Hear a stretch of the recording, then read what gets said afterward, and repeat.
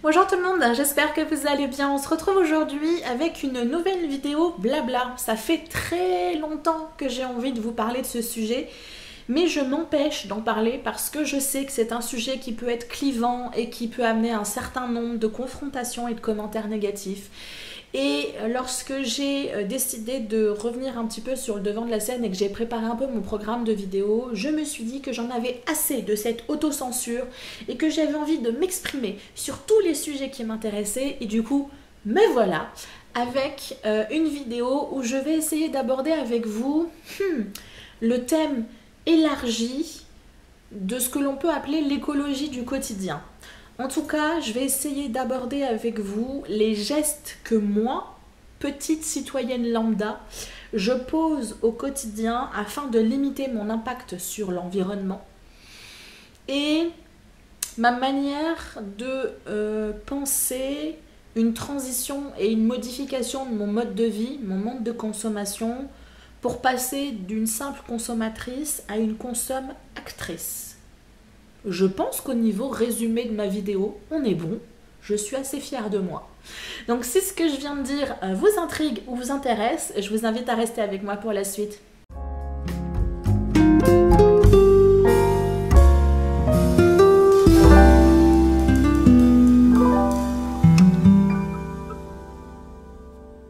Et oui, je le disais en introduction, c'est une thématique que je m'empêche d'aborder depuis pas mal de temps maintenant. Hein. Je ne me suis pas là réveillée il y a 2 jours en me disant « Hey, l'écologie, c'est important !» C'est un sujet qui m'interpelle depuis pas mal d'années maintenant. Je pose des gestes depuis pas mal d'années. Il y en a certains que je pose depuis plus de 10 ans, d'autres que j'ai posés très récemment. En tout cas, j'essaye de faire ma petite part au quotidien. Et il faut l'avouer que dès que l'on parle de l'écologie, dès que l'on parle de thématiques comme le zéro déchet, comme du coup les intitulés ne me viennent plus. Le véganisme éventuellement, même si je ne suis pas végane, tout ce qui peut être aussi les modes de vie type minimaliste, etc. Dès que l'on aborde ce genre de sujet et que l'on est pas pleinement encore engagé dans ce mouvement-là, on peut passer pour des personnes inutiles aux yeux de gens qui sont impliqués dans un mouvement, quel qu'il soit, depuis des dizaines et des vingtaines d'années. Et on se reçoit très facilement un certain nombre de commentaires désagréables, d'insultes, de menaces, nous indiquant que ce que l'on fait, autant ne rien faire parce que ça sert à rien et qu'on n'est pas une vraie, mettez ce que vous voulez, végane, minimaliste, zéro déchet, écologiste, bref.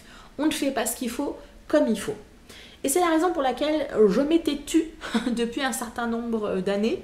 Là, vous devez vous dire, mais pourquoi est-ce que tu as intitulé ta vidéo « Je suis un colibri » ? Cette image, je l'ai volée à un monsieur qui s'appelle Pierre Rabhi. Ce monsieur, je vous invite à aller faire une recherche sur internet si vous ne le connaissez pas. C'est un petit monsieur qui fait plein de grandes choses, qui parle d'écologie, qui parle de simplicité volontaire, qui parle d'essayer d'avoir un peu plus de conscience écologique au quotidien. Bref, il fait plein de choses. Là, je lui fais une très mauvaise pub en résumant ses actions comme ça. Allez voir sur Google un petit peu ce qu'il peut proposer et les actions qu'il mène. Ce monsieur, donc, disais-je, a une association ou une organisation, je ne sais plus quel est le statut, qui s'appelle les Colibris. Et pour expliquer, illustrer l'action de son association, il parle d'une légende. Alors, je n'ai pas vérifié si la légende est vraie ou pas, mais en tout cas, j'avais vraiment beaucoup aimé l'idée de cette légende, la métaphore qu'il y a derrière la légende, et je me suis reconnue derrière ça. Et du coup, j'avais envie de vous la lire parce que je la trouve toute mignonne et peut-être qu'elle vous inspirera également. Un jour, dit la légende, il y eut un immense incendie de forêt. Tous les animaux terrifiés, atterrés, observaient impuissants le désastre. Seul le petit colibri s'activait, allant chercher quelques gouttes d'eau avec son bec pour les jeter sur le feu. Après un moment, le tatou, agacé par cette agitation dérisoire, lui dit « Colibri, tu n'es pas fou ? Ce n'est pas avec ces quelques gouttes que tu vas éteindre le feu. » Et le colibri lui répondit « Je sais, mais je fais ma part. » C'est une petite histoire que je trouve intéressante parce que je me reconnais dans ce petit colibri. Je peux avoir une action très insignifiante par rapport à ce grand incendie qui est le déséquilibre de notre écosystème, déséquilibre causé par l'être humain qui détruit l'écosystème dont il dépend, ce qui est un peu con quand on y pense. C'est comme scier la branche sur laquelle on est assis, mais bref, hein, c'est l'être humain, que voulez-vous. Et du coup, voilà, je me suis reconnue dans cette image et plutôt que d'essayer de me dire que j'allais rentrer dans une case qui ne me correspond pas, parce que déjà je n'aime pas les étiquettes, mais surtout parce que je n'aime pas la perfection qu'implique l'étiquette. À partir du moment où tu te dis minimaliste, il faut que tu sois le parfait minimaliste. À partir du moment où tu te dis zéro déchet, il faut que tu sois la parfaite personne zéro déchet. Il faut que tu coches la magnifique checklist et si tu n'as pas coché tout ça, t'es pas une vraie minimaliste, t'es pas une vraie végane, t'es pas une vraie zéro déchet, etc. Et comme je vous l'ai dit, je n'aime pas les étiquettes. J'aime bien suivre mon chemin en fonction de mon intuition et l'idée du colibri me plaisait bien. Alors j'ai choisi, plutôt que l'on me colle une étiquette, de me la coller moi-même et je trouve que c'est une étiquette qui me correspond très bien parce qu'à mon petit niveau, j'essaye de faire ce qu'il faut. Très certainement, je n'éteindrai pas l'incendie. Très certainement, je n'empêcherai pas le gros iceberg, le gros glacier de tomber et de tomber dans l'océan Arctique. Très certainement que je n'empêcherai pas le réchauffement climatique, mais à mon petit niveau, j'essaye de faire ce qui est possible pour essayer de limiter, essayer de modifier mon mode de vie. Parce qu'on parle bien de ça, on parle plus de gestes, simplement de gestes du quotidien. Ça marchait il y a peut-être 20 ans, 30 ans, où on pouvait essayer de poser des petits gestes. Maintenant, il faut essayer de modifier notre mode de vie, notre mode de consommer, parce que c'est de là que vient la problématique. Bref, toute cette introduction passée, on va pouvoir entrer dans le vif du sujet. Au niveau des actions que je pose au quotidien, dans mon quotidien, je pourrais réduire ça sur 4 ou 5 grands axes. L'un des premiers axes sur lesquels je me suis focalisée, c'est d'essayer de limiter et d'éliminer tout ce qui était jetable. J'ai commencé il y a quelques années maintenant, c'était quand j'étais revenue en France, donc c'était en 2005, donc ça ne date pas d'hier. Je m'étais fabriqué des petits cotons démaquillants, alors qui ne ressemblent plus à rien maintenant, hein, je vous rappelle, 2005, qui ressemblaient à ceci, qui m'ont servi vaillamment et bravement pendant de nombreuses années. En début d'année, j'ai décidé que leur retraite était bienvenue, hein, parce qu'ils se déchiraient de partout et la plupart étaient tachés propres, de les changer et du coup j'ai opté pour des mini gants microfibres. J'aurais pu choisir un autre tissu, parce que j'ai appris plus tard que la microfibre n'était pas forcément un tissu qui était très, comment on appelle ça, très bon au niveau écologique, mais bref, je les ai, donc maintenant je vais les garder, je vais les utiliser. Donc voilà, pour me démaquiller et puis me débarbouiller la face, maintenant j'ai ça, donc j'en ai une dizaine, je les mets à laver et je me suis gardé mes petits cotons démaquillants pour le vernis à ongles. Voilà, ils ont encore leur petite utilité pour ça. Mais ça, c'est l'une des premières actions que j'ai posées il y a quelques années maintenant. Récemment, vous allez voir apparaître la vidéo sous peu, j'ai aussi concocté un masque en tissu. Tout simplement parce que de temps en temps, j'aime bien me faire les masques en tissu qui sont vendus dans certains marques, boutiques qui vendent des cosmétiques, qui commencent par un S, qui finit par un A. Mais par contre, ça me faisait un peu mal au cul de devoir payer 4 € à chaque fois pour me faire un masque. Donc oui, je suis peut-être radine, que voulez-vous. Et du coup, je me suis fabriqué mon petit masque en tissu qui me reste plus qu'à tremper dans une petite préparation de mon choix. Et du coup, fini les dépenses et surtout fini les emballages plastiques, etc. Donc ça, c'est une autre démarche que j'ai posée. Autre chose que j'ai posée maintenant, il y a 2 ans, 3 ans, 4 ans, je sais plus. Je suis passée aux serviettes en tissu. Au niveau de la cuisine, j'ai essayé de limiter tout ce qui est sopalin. J'en avais un gros qui m'a fait pratiquement 2 ans ou 3 ans. Maintenant, je n'en ai plus, donc je vais voir comment je vais fonctionner. Mais j'avais pris l'habitude d'utiliser un ensemble de chiffons microfibre encore que j'avais. Et sinon, ben, je fonctionne avec des tissus qui sont abîmés. Des fois, je vais avoir des t-shirts qui sont trop abîmés pour être gardés, qui ne peuvent pas être donnés, etc. Que je découpe pour en faire des chiffons. Les bons vieux chiffons que ma mère avait, que ma grand-mère avait, bah, du coup, j'en suis revenue à ces bouts de tissu qui sont parfaits. Je me suis moi-même aussi, je me suis également fait des lingettes maison. Tout simplement, j'ai un bocal que je remplis avec un certain nombre de microfibres et j'ajoute une solution que je vous ferai peut-être une vidéo d'ailleurs là-dessus. Et du coup, ben, quand j'en ai besoin, ben, je vais piocher dans mes petites lingettes humides, ce qui m'évite de devoir acheter les paquets de lingettes nettoyantes pour le ménage là, qui du coup sont jetables.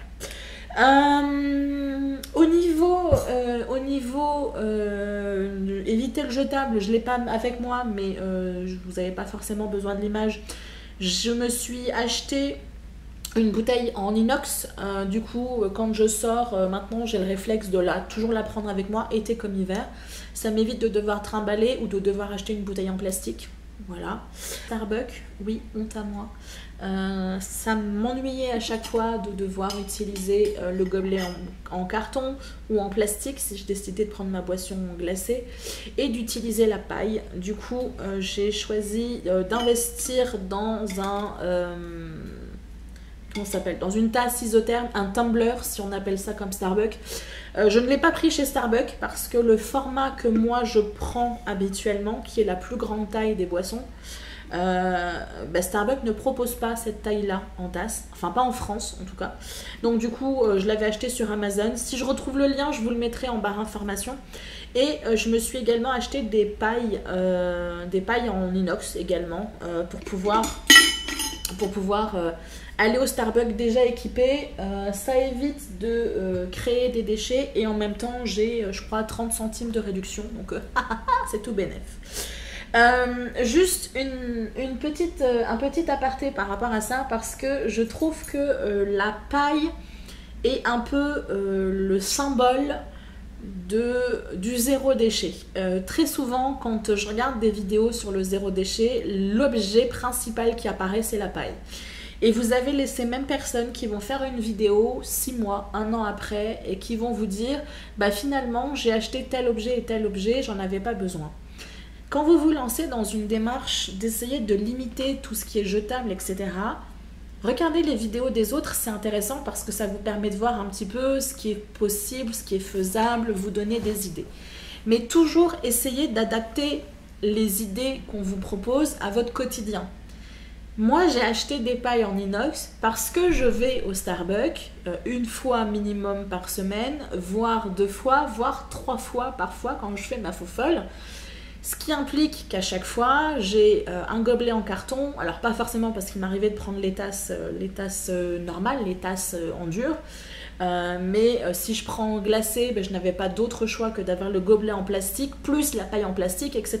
Donc pour moi, dans mon mode de consommation, c'était cohérent que je m'achète des pailles en inox pour pouvoir utiliser et éviter d'utiliser les pailles en plastique. Si vous, de votre côté, vous n'avez jamais l'occasion d'utiliser des pailles dans votre quotidien, ça sert à rien que vous voyez le raisonnement. Donc il faut vraiment, il n'y a pas, comme je vous disais au tout début, il n'y a pas une checklist que l'on doit cocher pour être la parfaite personne écologiste qui réduit son impact sur l'écosystème. Ça dépend vraiment de comment on vit, de notre mode de vie et de nos habitudes de consommation. Donc voilà, je trouvais ça important quand même de le signaler parce que voilà.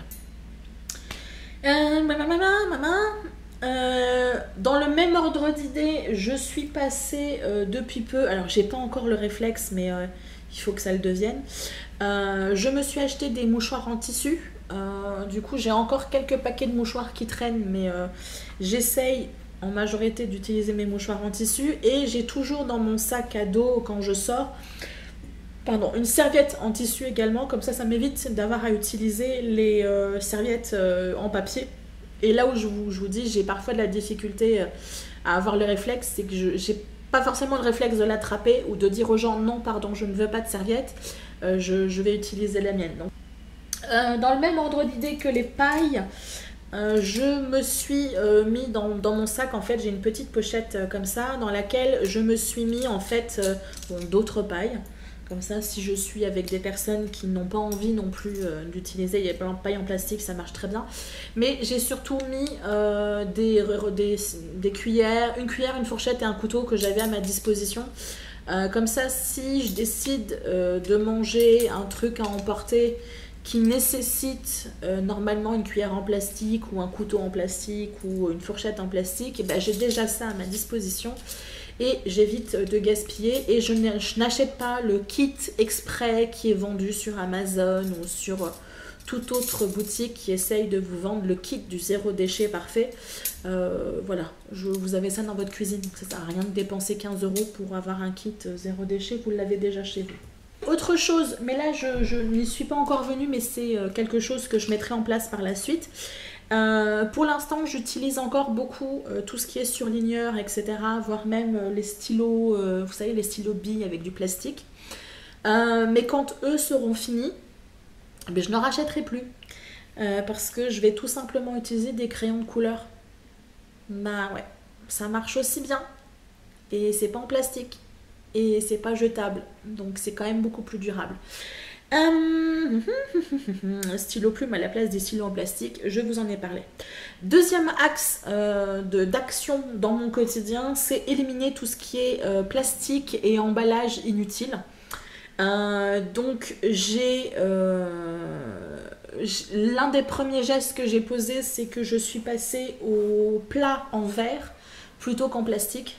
Je pense qu'à peu près comme tout le monde, j'avais une ribambelle de plats en plastique, surtout quand je travaillais parce que ça me permettait d'avoir des boîtes à lunch qui allaient dans le micro-ondes, etc. Donc j'avais des boîtes qu'on pouvait collapser, j'avais la boîte où j'avais les différents compartiments, j'avais la boîte qui faisait tasse, bref, j'avais 1 milliard de plats en plastique. Au final, je me rendais compte que je ne les utilisais pas, donc quand j'avais fait mon tri il y a maintenant 2 ans, ben, j'avais mis ça dans une boîte, dans un carton que j'avais mis sur mes boîtes aux lettres et les gens s'étaient servis en 2 jours, c'était parti. Donc j'avais fait des heureux que j'avais à Auchan où j'avais des plats en Pyrex avec le couvercle en plastique, mais bon, c'est plus que le couvercle, à moins 50%. Donc du coup, je m'étais acheté 2 plats rectangulaires, 3 plats rectangulaires ou 2 plats rectangulaires et 2 plats en rond. Et au final, il me reste plus que 5 plats et ça me convient très très bien. Donc bah, je fonctionne avec ça. Ça, c'était la première chose que j'ai fait. Ensuite, au printemps, j'ai changé les outils que j'ai dans ma salle de bain. Alors, j'ai un peu honte, mais en même temps, je peux... Voilà, c'est ma brosse. Ma brosse à dents, oui, elle est un peu noire et elle ressemble pas forcément à grand chose. Ça n'est pas qu'elle est dégueulasse, elle est tachée propre, c'est tout simplement parce que j'utilise un dentifrice au charbon et que du coup bah, ça tâche le bois au bout d'un moment et du coup bah voilà, c'est un des désavantages d'avoir un dentifrice au charbon. Donc je suis passée au brosse à dents bambou plutôt que brosse à dents en plastique. J'ai hésité longtemps parce que je me disais que finalement si tout le monde passait au bambou, il y allait avoir une déforestation du bambou et j'ai appris, alors j'espère que c'est vrai, que le bambou est une plante qui a une croissance hyper rapide et que du coup bah, on peut facilement produire du bambou pour pouvoir faire des objets comme celui-ci. Donc j'ai ma petite réserve de brosse à dents bambou et je suis passée également au fil dentaire dans un contenant en verre plutôt qu'un contenant en plastique. Et l'avantage de ce contenant-là, c'est que du coup, on peut le recharger. J'avais acheté ça sur Amazon. C'est pareil, hein, si j'y pense, je vous mettrai les liens en barre information en barre information ou dans le commentaire épinglé pour que vous puissiez aller y faire un tour si ces produits vous intéressent. Le kit que moi j'avais acheté, j'avais donc le petit flacon avec la première bobine principale et j'avais des recharges. Donc du coup, vous pouvez par la suite simplement recharger votre petit flacon plutôt que de racheter encore de l'emballage en plastique, etc. qui est inutile. Dentifrice maison, oui, je fabrique mon dentifrice, donc je n'achète plus le dentifrice, le tube de dentifrice en plastique ou en métal qui est avec un joli carton emballé. Je suis passée au savon solide également, je n'utilise plus de gel douche depuis fichtrement longtemps. Là en ce moment je profite de savon fabriqué à la main à Bordeaux par une copine qui a du coup une boutique. Je lui fais une petite pub qui s'appelle Octobule. Pareil, je vous mettrai le lien en barre d'information. Elle fabrique ses savons. Pour l'instant, elle est à petite échelle. Et du coup, ces savons sont magnifiques, sont super bons. Ils sentent bon, ils sont bien faits. On sait les ingrédients qu'il y a dedans. Il n'y a rien de cacabeurre, comme je dis. Il y a des huiles essentielles, il y a des macérats, il y a des eaux florales, il y a des huiles végétales, des huiles... Bref. C'est parfait, donc n'hésitez pas à aller y faire un tour. Autre geste que j'ai également posé au printemps, c'est que j'ai éliminé la machine à café que j'avais. Alors c'était une machine à café que moi j'utilisais pour faire du thé, c'était la Tassimo. Mais j'ai réalisé en fait que le peu que je l'utilisais, c'était beaucoup de plastique pour pas grand chose, parce que finalement chaque boisson venait dans une capsule en plastique. Et ça faisait beaucoup de déchets pour une simple boisson, alors que si je faisais moi-même mon thé dans ma bouilloire ou même dans une casserole, j'avais pas forcément 40 milliards de déchets plastiques, etc. Donc j'ai également donné ma machine à café qui n'avait plus forcément d'utilité pour moi. Quand je vais faire mes courses, je fais toujours en sorte d'avoir un ensemble de sacs. Donc j'ai toujours un petit sac avec moi.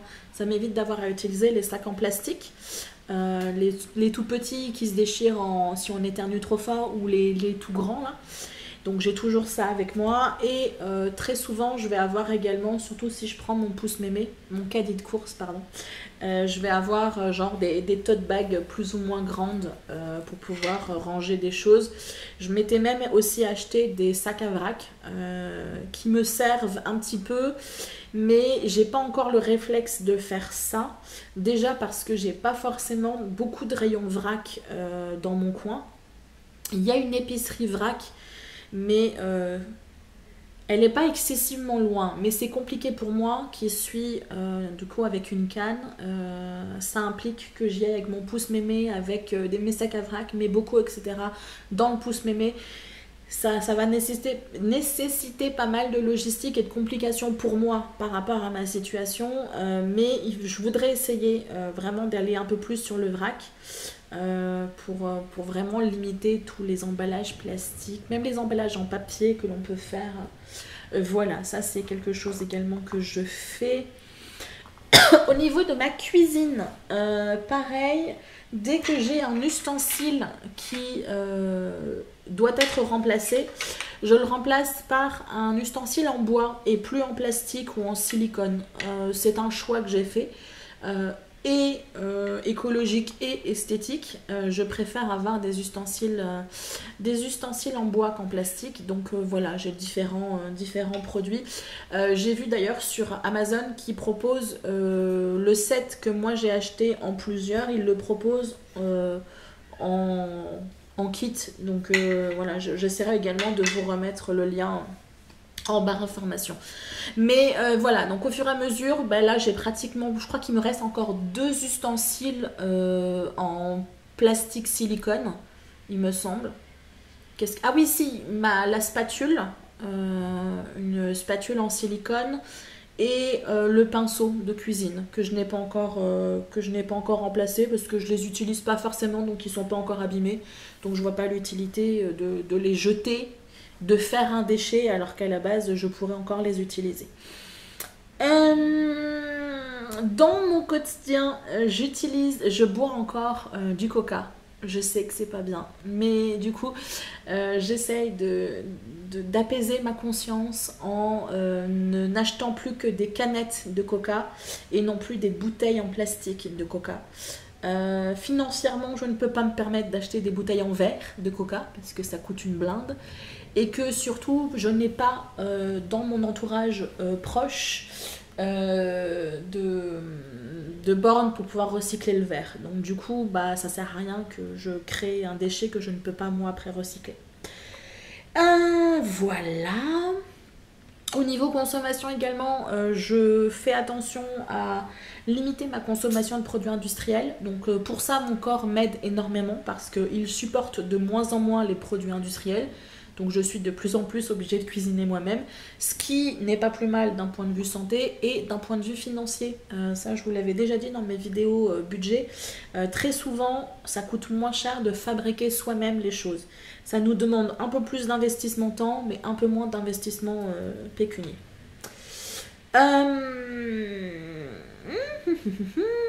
Au niveau de tout ce qui est plastique, j'ai encore un dilemme. Peut-être que vous pourriez m'aider. J'ai un chat.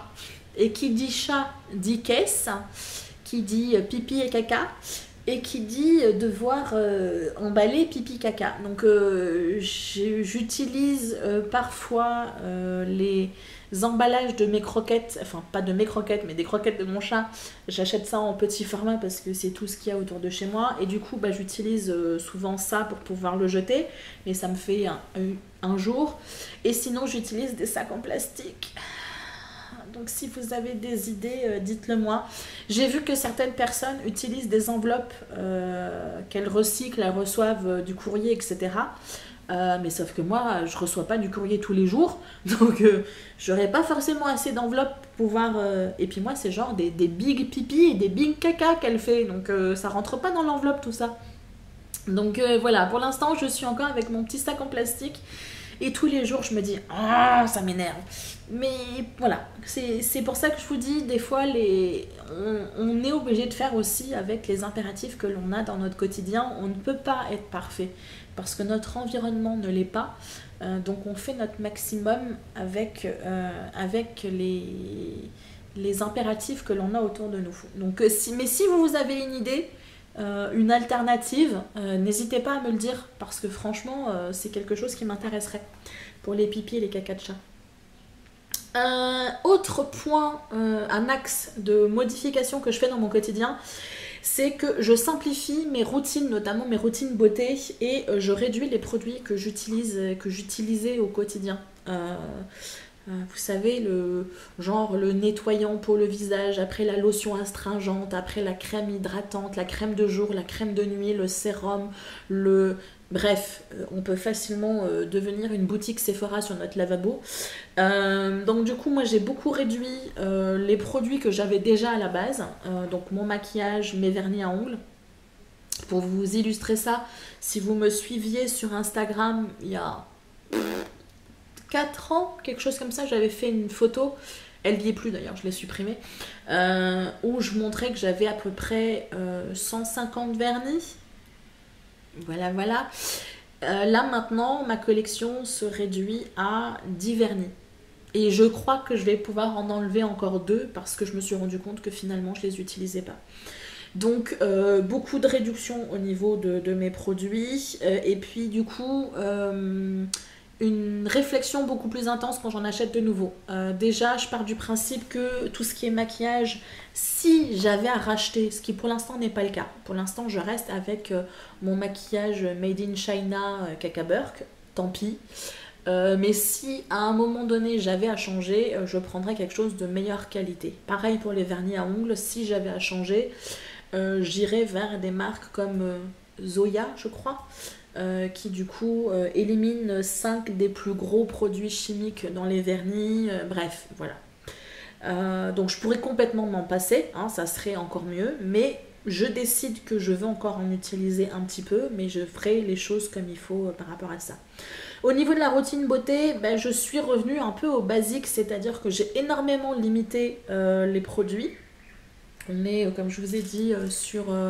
du savon solide, et après on est sur des produits j'ai envie de dire bruts, que j'adapte en fonction de mes besoins. Donc je me suis acheté différentes huiles et je me fais ma propre synergie d'huile. Donc je modifie les quantités de chacune en fonction de mes besoins. Je vais avoir une de jojoba par exemple qui est protectrice et équilibrante, une huile de chanvre qui va être restructurante et régénérante. Donc là par exemple, la semaine dernière je suis allée à la plage et bien entendu je me suis pris un coup de soleil malgré la crème solaire. Cherchez pas à comprendre, c'est ma peau. Donc du coup, j'ai beaucoup plus travaillé avec le chanvre, par exemple, qui est restructurante et régénérante, pour essayer de guérir un peu ma peau, mon épiderme. Et j'ai réduit un petit peu la quantité des autres. Donc du coup, je m'amuse un petit peu à faire mes tambouilles par rapport à ça. J'ai mon aloe vera basique que j'achète chez Aromazone et ça fonctionne très très bien. Et une eau florale de rose, voilà. C'est huile végétale, aloe vera et eau florale de rose, c'est mon trio beauté que j'utilise au quotidien et ma peau ne s'en porte pas plus mal. J'ai tendance à dire que ce soit pour la peau ou les cheveux, en anglais ils disent ça less is more, moins c'est mieux. Moins on en fait sur la peau, mieux elle se porte. Parce que très souvent, on a l'impression qu'on apporte des soins à notre peau, mais en fait, elle le prend comme une agression. Donc, par la suite, on est obligé de se mettre un autre produit pour essayer de limiter l'impact du premier, etc. Donc, voilà. Simplifiez les choses, vous allez voir. Vous gagnez du temps et vous économisez de l'argent. Wouh! Et aussi réduction des produits, c'est pareil au niveau ménage. Je me fais mon propre produit ménager avec du vinaigre blanc. Dans lequel je fais infuser un certain nombre de choses, donc soit des peaux d'orange, enfin des peaux d'agrumes, soit de la lavande. Là c'est tout nouveau, je teste la lavande, donc je vous dirai ça. Je vais vous faire une vidéo d'ailleurs qui devrait sortir en septembre par rapport à ça. Et donc voilà, j'expérimente certaines choses. Je voudrais essayer de me faire ma propre lessive maison, mais j'ai pas encore trouvé la recette qui me convient. Je pense que j'opterai pour celle du savon noir et non pas celle du savon de Marseille parce qu'apparemment ça finit par encrasser les machines. Donc voilà. Mais je pense que je vous en parlerai un peu plus et je vous montrerai les choses nouvelles que je peux apporter. Sinon, les inclassables, celles que j'ai pas pu classer dans quelque chose en particulier, c'est les basiques, j'ai envie de dire. Donc je fais du tri. Alors je devrais dire je refais du tri parce que je ne pouvais plus faire le tri, enfin il n'y avait aucun intérêt à ce que je fasse le tri poubelle verte, poubelle grise, tout simplement parce que la personne qui s'occupait des poubelles chez nous prenait la poubelle verte et la vidait dans la poubelle grise. Donc je voyais pas l'intérêt moi de faire le tri chez moi pour qu'au final, voilà. J'essaye de manger de saison et j'essaye de manger bio quand je peux. Je refuse tous les goodies promotionnels ou événementiels. Je me suis rendu compte de ça, qu'au final, on entasse énormément de choses qu'on n'a pas forcément besoin. Ça nous fait plaisir, genre 3 minutes, d'avoir reçu un pins, un badge lumineux qui flash, machin. Et au final, on revient à la maison et l'objet en question finit dans une panière, dans un tiroir et au fond du tiroir. Et 3 ans après, on le retrouve et au final, on le met à la poubelle parce que ça n'a pas servi. Autant ne pas le prendre dès le départ. Donc ça, j'essaye de restreindre mon petit cœur d'enfant qui parfois est très contente d'avoir un cadeau, en me disant non, ok, c'est un stylo, on t'offre un stylo, est-ce que tu as besoin d'un stylo? Non, alors tu ne prends pas le stylo. On t'offre un cœur qui fait de la lumière en plastique que tu peux mettre sur ton t-shirt, est-ce que tu as besoin d'un cœur en lumière avec du plastique que tu peux mettre sur ton t-shirt? Non, bon alors tu le prends pas. Voilà, c'est un peu rabat-joie, mais voilà. Autre action que je pose, je vous l'ai dit, c'est que je questionne tous mes achats, je questionne mes futurs achats. Voilà, ce sont les petits gestes que je fais au quotidien. Donc comme je vous l'ai dit, je suis loin d'être parfaite, il y a encore des choses sur lesquelles j'ai envie de m'améliorer, notamment dans la salle de bain, où éventuellement j'aimerais bien passer au shampoing solide. Sauf que j'ai un problème avec mes cheveux. Vous allez vous moquer de moi, mais c'est la vérité pourtant. J'utilise actuellement un shampoing Lush qui est très bien, qui lave mes cheveux très très bien, mais qui lave mes cheveux tellement bien que mes cheveux en sont devenus accros et que dès que j'essaye de passer à un autre shampoing, de suite ça passe pas. Mes cheveux s'encrassent en un lavage, ils deviennent poisseux, ils deviennent rêches, bref, c'est une horreur. J'ai essayé différents shampoings liquides, solides et je suis obligée de revenir au shampoing Lush. Donc je vais essayer de faire une sorte de désintoxication en alternant un shampoing, mon shampoing Lush et un autre shampoing et essayer d'espacer au fur et à mesure. Mais pour l'instant, j'ai pas encore réussi. Dites-moi si c'est quelque chose qui vous arrive à vous, parce que quand j'en parle à chaque fois, on me regarde l'air de dire mais t'es bizarre ma fille. Mais c'est pourtant la vérité. Mes cheveux s'encrassent si je n'utilise pas le shampoing que j'ai l'habitude d'utiliser. Voilà. Et puis autre chose au niveau de la salle de bain aussi que j'aimerais éliminer, c'est l'huile. Je n'arrive pour l'instant pas à passer le pas. J'ai trouvé l'alternative hein, qui est un rasoir en métal, un rasoir, comment ils appellent ça? Un rasoir de sécurité avec des lames de rasoir. Le problème, moi, se pose par rapport à ma condition physique, du fait que j'ai un problème à la hanche, je ne peux pas me mouvoir comme je veux. Et du coup, il m'arrive de m'épiler un peu à distance et un peu à l'arrache en faisant pas forcément attention et en allant super vite et en faisant... Je me coupe assez facilement déjà avec lui. Mais je me dis, avec l'autre, je vais carrément m'ouvrir les veines. Donc du coup, j'hésite à dépenser 15 € pour un produit que je risque de ne pas pouvoir utiliser parce que du fait que je ne peux pas forcément faire les mouvements que je veux, je ne l'utiliserai pas comme il faut. Autre chose aussi que j'aimerais modifier, c'est le déodorant. Pour l'instant, je suis encore avec un déodorant du commerce, bio mais du commerce. J'ai pas encore trouvé la recette qui me convient en déodorant maison. J'en ai testé 2 et le problème c'est que les 2 contenaient... Alors non, j'en avais testé une qui contenait du bicarbonate de soude et mes dessous de bras n'ont pas du tout apprécié en virant écarlate. Donc du coup, j'ai éliminé cette recette. J'en ai essayé une autre où du coup, c'était pas du tout efficace. J'ai quand même une transpiration importante. Donc voilà, ça reste encore un work in progress par rapport à ça. Chose que j'aimerais essayer de faire, c'est le jour où mon téléphone décidera de tirer sa révérence, j'aimerais être en capacité de pouvoir m'offrir un téléphone qui s'appelle un Fairphone. Je vous mettrai le nom par là, parce qu'avec ma prononciation, vous avez dû vous dire un quoi? C'est la marque du téléphone qui s'appelle Fairphone. Et en fait, j'ai découvert ça il y a quelques temps maintenant. Et c'est un téléphone qui, du coup, garantit une fabrication éthique, dans le sens où tout est contrôlé, les marchandises, les matières premières ne participent pas à la destruction de l'écosystème, ne participent pas à l'exploitation de personnes dans les mines, que ce soit des enfants ou des adultes d'ailleurs. Bref, allez voir sur le site, je vous mettrai ça en commentaire épinglé. C'est quelque chose qui peut être intéressant par rapport à cette éthique de fabrication, mais qui est intéressant aussi parce que du coup l'appareil est construit et élaboré de telle façon qu'il peut être facilement réparé par nous-mêmes. Alors que les téléphones que l'on a maintenant, on n'a même plus accès à la batterie, on ne peut plus rien faire par nous-mêmes.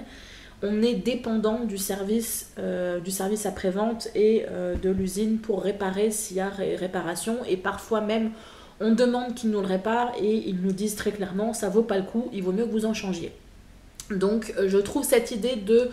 dès le départ, privilégier la réparation plutôt que le changement de l'appareil est intéressant et visiblement assez facilité parce qu'on peut acheter nous-mêmes les pièces détachées et on a des tutoriels pour pouvoir faire les réparations qui s'imposent. Donc voilà, j'aimerais bien me dire que le moment venu, j'aurai assez de sous pour pouvoir m'offrir cet appareil-là parce que c'est un appareil qui coûte cher. Donc voilà, ça c'est quelque chose que j'aimerais faire. Et le dernier geste que pour l'instant je n'ai pas encore vraiment refait, mais que j'aimerais remettre un peu dans mon quotidien, c'est revenir à la couture. Revenir à la couture déjà pour réparer les vêtements qui sont abîmés. Parce qu'on a quand même un réflexe du « Oh, c'est déchiré, c'est décousu, c'est pas grave, tu jettes, on en rachète un autre ». Les chaussettes, c'est pareil, on ne va pas avoir le réflexe d'aller raccommoder des chaussettes. Bah non, on les jette et on va en acheter de nouvelles, c'est beaucoup plus facile. Donc déjà pour pouvoir faire du raccommodage, pour pouvoir faire de la customisation sur des vêtements que je ne mets plus parce qu'ils ne me vont plus ou parce qu'il y a une tache ou parce que X ou Y raison. Et dans un troisième temps, faire de la couture pour me faire mes propres vêtements. Je pense que c'est quelque chose que j'apprécierais faire déjà parce que je ne trouve pas forcément ce qui me plaît dans le commerce. Étant en grande taille, le choix est assez limité aux boutiques internet. Et du coup on choisit, on peut pas essayer forcément, et il y a forcément quelque chose qui va pas, le haut qui est trop lâche, les hanches qui sont trop cirées, bref. Donc du coup voilà, c'est quelque chose que j'aimerais également mettre en place, que je me refasse copain avec ma machine à coudre. Voilà, écoutez, j'ai essayé à plusieurs reprises de tourner cette vidéo pour qu'elle soit le moins longue possible et j'ai l'impression qu'elle a encore duré 1 h 30. J'essaierai de faire de mon mieux au montage. J'espère que cette vidéo vous a intéressé, éventuellement qu'elle vous aura inspiré à faire des choses dans votre quotidien. Si vous faites des choses que je n'ai pas mentionnées dans la vidéo, n'hésitez pas à me dire ça en commentaire parce que, comme je l'ai dit, je suis loin d'être parfaite et qu'il y a forcément des choses auxquelles je n'ai pas pensé et que du coup vous pourriez m'apprendre. Donc n'hésitez vraiment pas. Voilà, j'espère que cette vidéo vous a plu. Je vais très certainement vous proposer au fil des mois des recettes, que ce soit en produits de beauté, en produits ménagers, etc. C'est vraiment une thématique que j'ai envie de développer sur ma chaîne parce que comme je vous l'ai dit, c'est un sujet qui m'intéresse et sur lequel je me penche depuis pas mal d'années. Donc je pense malgré tout avoir un certain nombre de choses à dire, même si moi dans mon fort intérieur je ne me trouve pas forcément pertinente pour pouvoir aborder le sujet. Le fait est que je pose des actions depuis des années et donc que je peux parler de ça. Voilà. Je vous dis à très bientôt et d'ici là faites attention à vous. Bye bye.